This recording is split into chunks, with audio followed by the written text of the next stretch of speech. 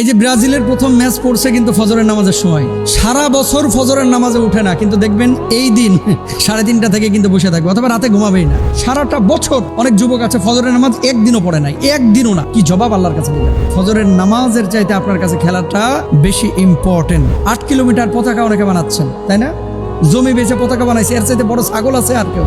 তা আমার কথা হচ্ছে যে একটা খেলা যদি তোমাকে ফজরের নামাজের আগে জাগ্রত করতে পারে, ল্যাপ কেথা কম্বল সবকিছু থেকে তোমার পিঠটাকে আলাদা করতে পারে, কিন্তু মুয়াজ্জিনের শত শত আজান যদি 364 দিন 65 দিন 63 দিন 62 দিনের এই প্রতিদিনের আজান যদি তোমাকে কি বিছানা থেকে আলাদা করতে না পারে, তাহলে আল্লাহর কাছে জবাবটা কি দিবা ভাই? আমি যে পয়েন্টটা নিয়ে কথা বলতে চাচ্ছি, যে দেখেন রাত 1টায় আর্জেন্টিনার খেলা, ফজরের সময় ব্রাজিলের খেলা, জার্মানির খেলা হচ্ছে সকাল 8টার সময়। খেলার আধা ঘন্টা 1 ঘন্টা আগে মুড়ি টুড়ি মাখায় নিয়ে আপনি বসতেছেন।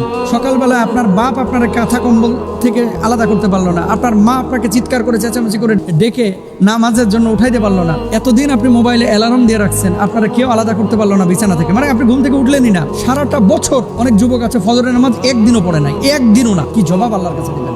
অস্বীকার করতে পারবেন? হাজার হাজার না লাখ লাখ যুবক বাংলাদেশে আছে যারা ফজরের নামাজ সারা বছরে একদিনও পড়ে নাই, অথচ খেলার জন্য ঠিকই কিন্তু 3:30টায় জেগে উঠে বসে থাকবে। খেলা দেখার জন্য ঠিকই 3টার দিকে উঠে বসে থাকবে। খেলা দেখার জন্য ঠিকই ফজরের আজানের সময় উঠে বসে থাকবে। তার মানে কি ফজরের নামাজের চাইতে আপনার কাছে খেলাটা বেশি ইম্পর্টেন্ট।